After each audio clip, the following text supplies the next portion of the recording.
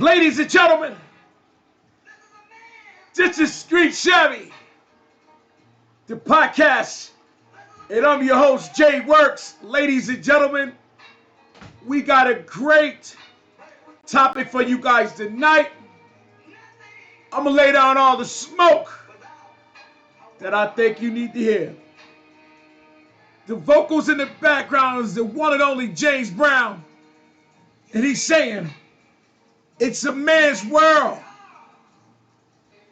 And without a lot of things, a man always going to need a woman.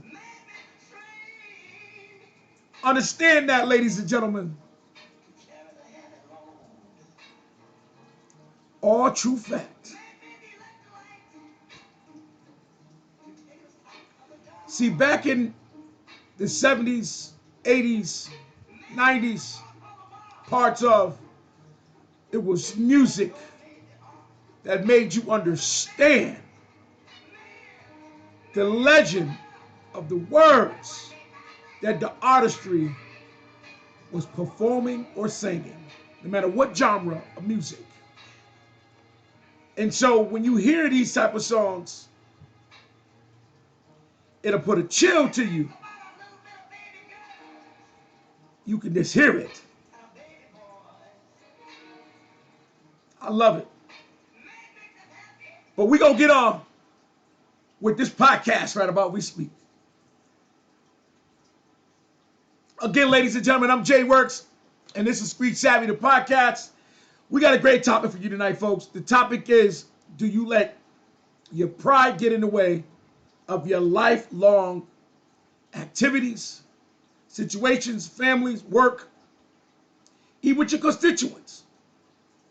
Do you let your pride get in the way? But before we get to the main ingredients, let's get in some background, some sport news.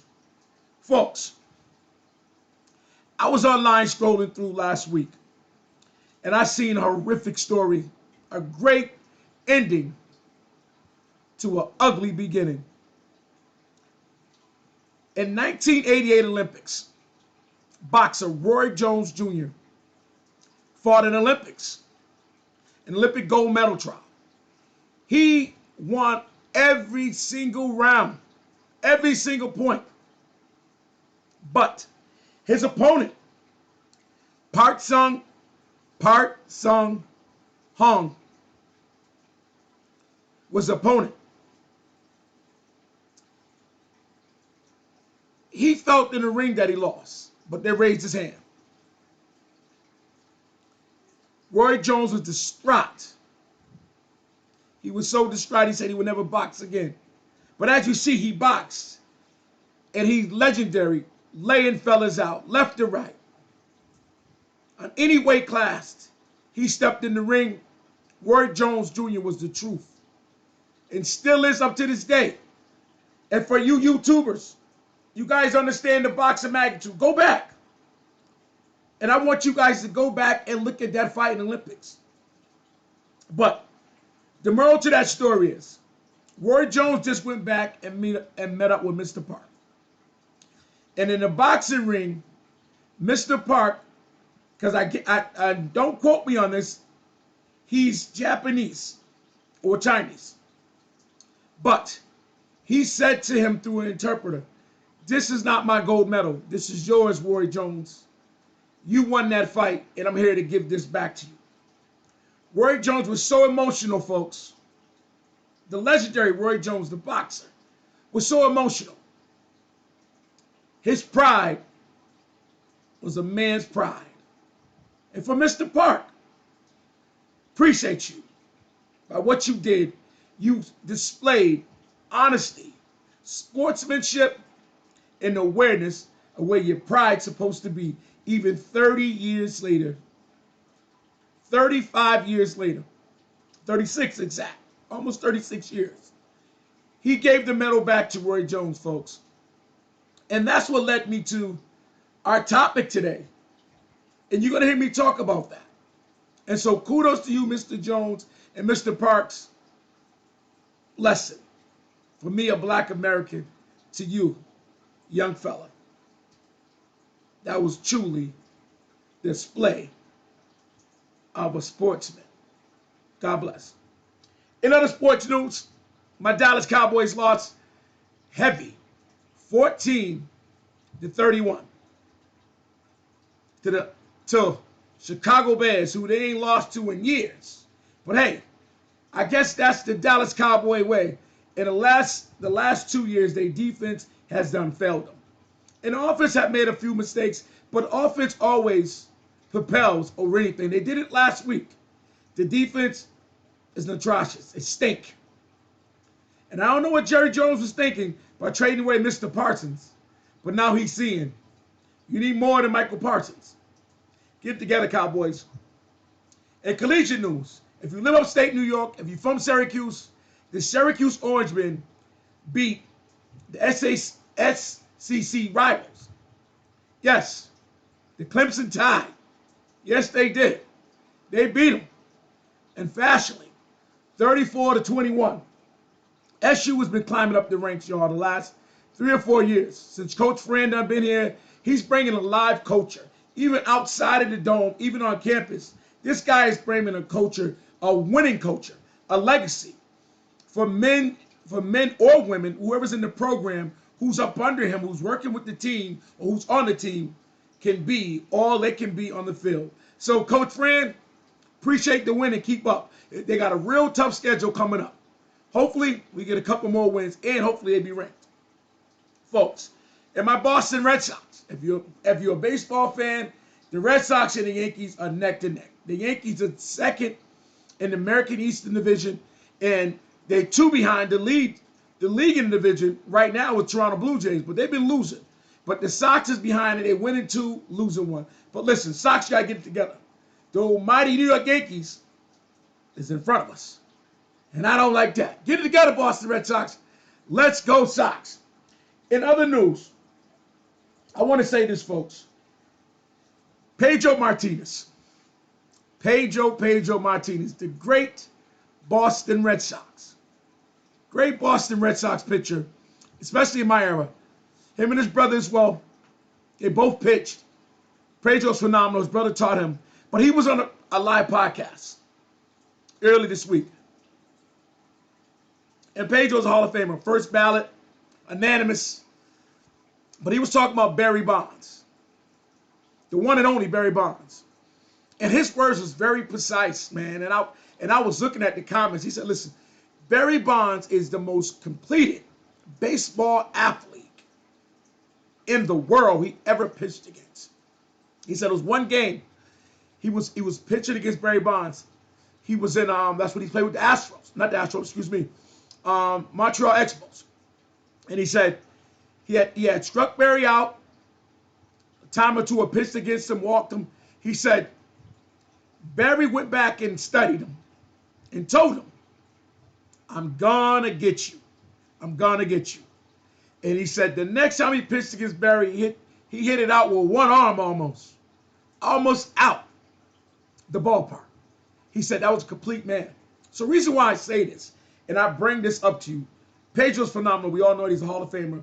And Barry Bonds in his own right, and all of us, when you hit 756, 770, how many home runs that is, don't quote me on that, man, you belong somewhere. And before the steroid era, he already had 500 home runs, 500 steals.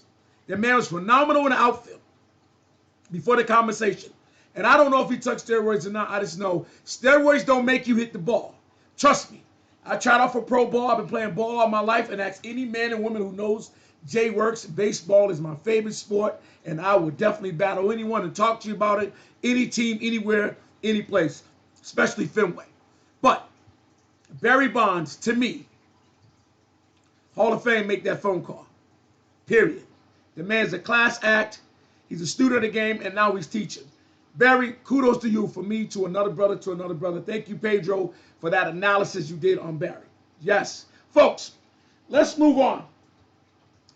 I'm a studio guy, musical. Been around music all my life. I like all genre music. My dad went to Berklee School of Music up in Boston.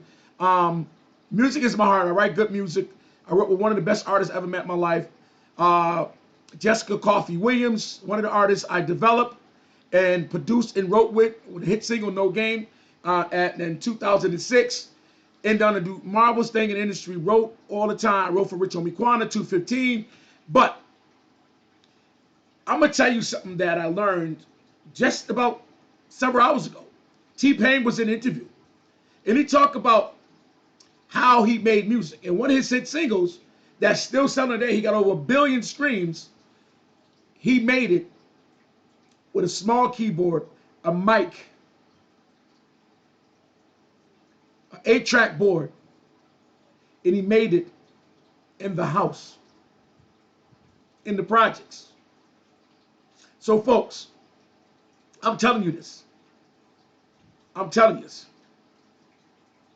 You have to understand what you have in your arsenal as an artist. No matter what genre of music you like to hear or play, you need to understand what you have. And no matter where you make it, from acoustics, guitar, or drums, or electric, or just a beat machine, or Yamaha or trike keyboard, music is always going to be someone's drawing, someone's understanding, someone's just sitting there understanding what it is to sound in a sound of just instruments, just vocals, harmonization. You know, if you're alto, if you're baritone, no matter what, if you put it together, this sound gonna sound good. And I tell you, when I heard the song, I'm like, wow, dog, that's T-Pain. He said, yeah, I made it in the basement. He showed the equipment. So, and just to bring this up as a fruit for thought, folks, never give up on your music. Never give up the hope. Understand what you're doing. Definitely go out and seek more expertise. Go out and study what you're trying to do. Study what instrument or study your vocals. But keep writing, because your music is someone else's dream. God bless any artist that's out there. Okay, folks, let's get to the topic in hand. Today, folks, I got up. God got me up for one, which is blessings, right?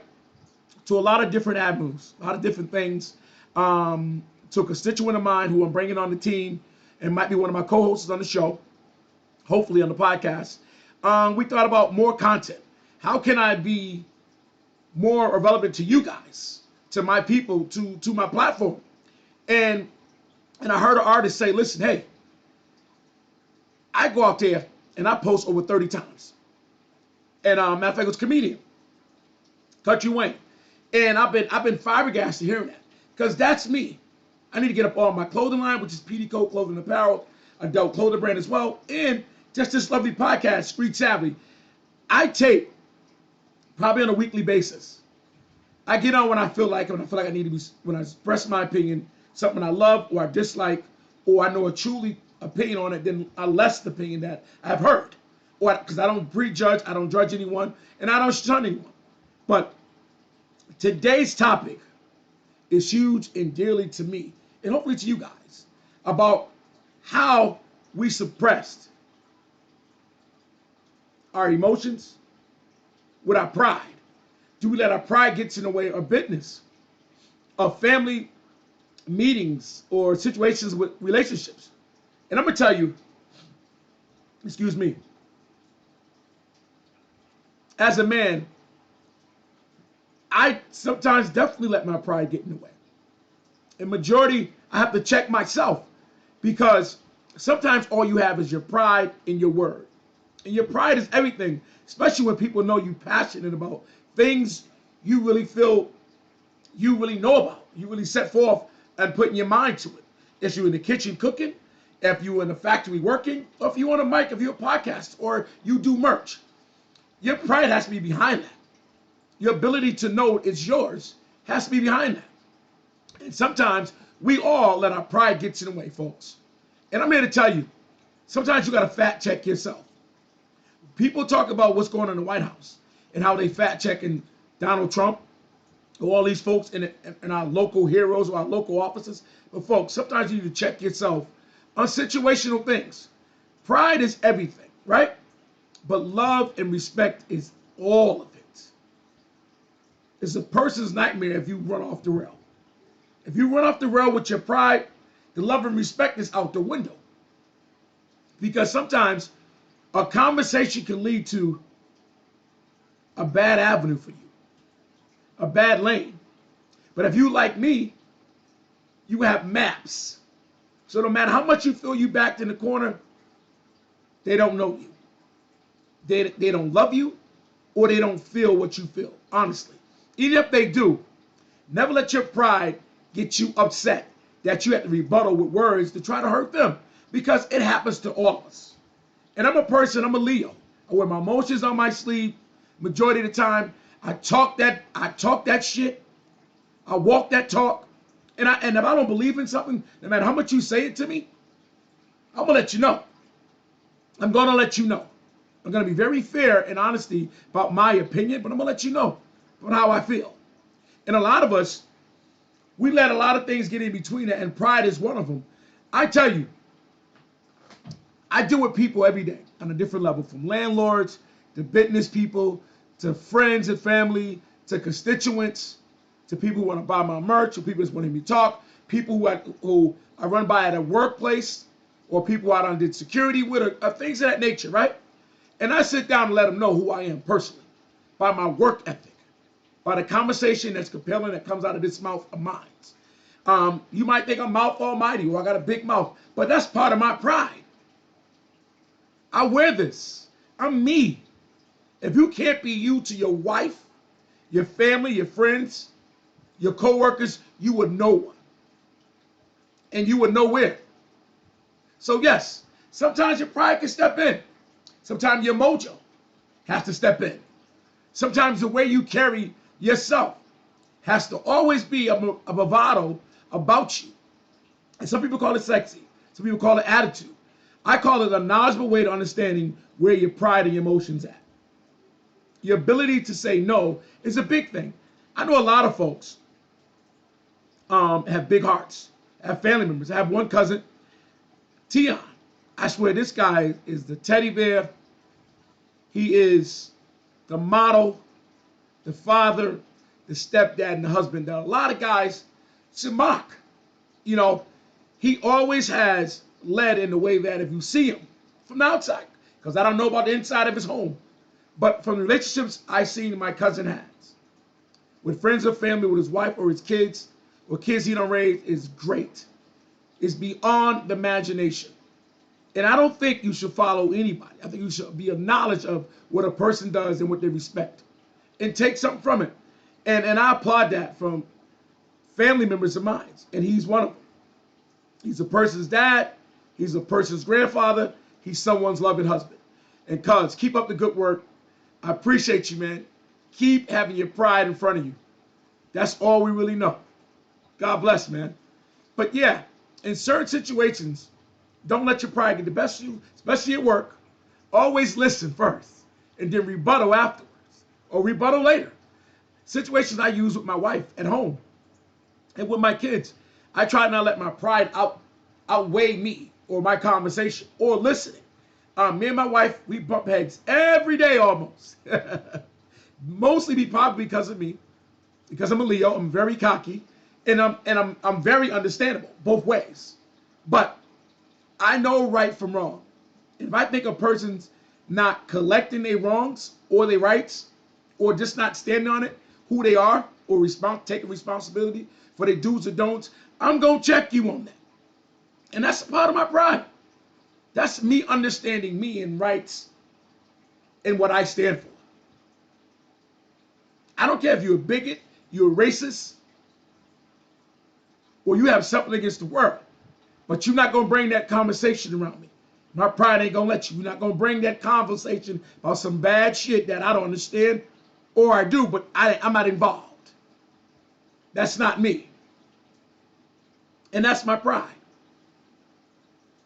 You know, I've been in situations with kids' moms, family members, and they'll tell you, I'm not the one to play when it comes to my pride. When it comes to something that's dearly close to me, especially my kids, or my business, or the workplace I'm at, I'm not nothing to play with, or something I know. I'm going steadfast. I know about the Red Sox. I know about the Celtics. I know about the Dallas Cowboys. I'm about that. I know about my circle. I don't peg to know about anyone else. I don't peg to do what anyone else do. I peg to follow my lead and understand what I have to do for my family to survive and generational wealth and the well-being of our welfare. And I wear that emotionally. I have a niece, Shantera. She is, woo, I have several daughters, actually. Every young sister of mine who someone has produced in my family or come from me as one of my children has that emotionless pride on their shoulder. My niece, Shantera Works, Hunter, as we can say, she has a definitely pride built on her back as a Works. She speaks fluently well as a female, as a woman, as a hunter. But as a person, she's definitely a dominant woman. And the things we have talked about, things in life that she has went through, because she lost both parents, her mom and her dad.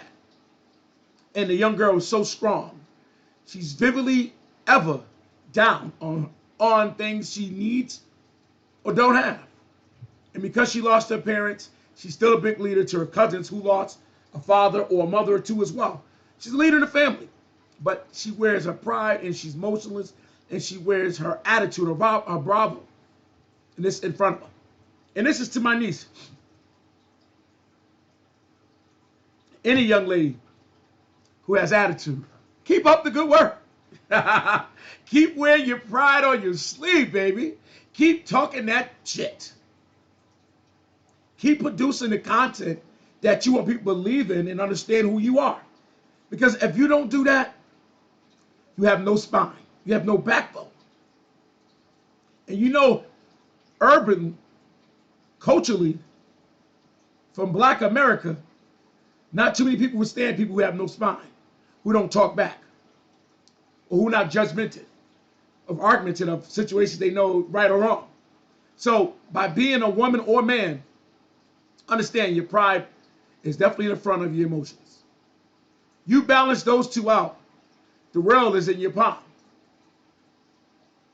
You know? Because I get it. You want to understand leadership. But the leadership starts with you.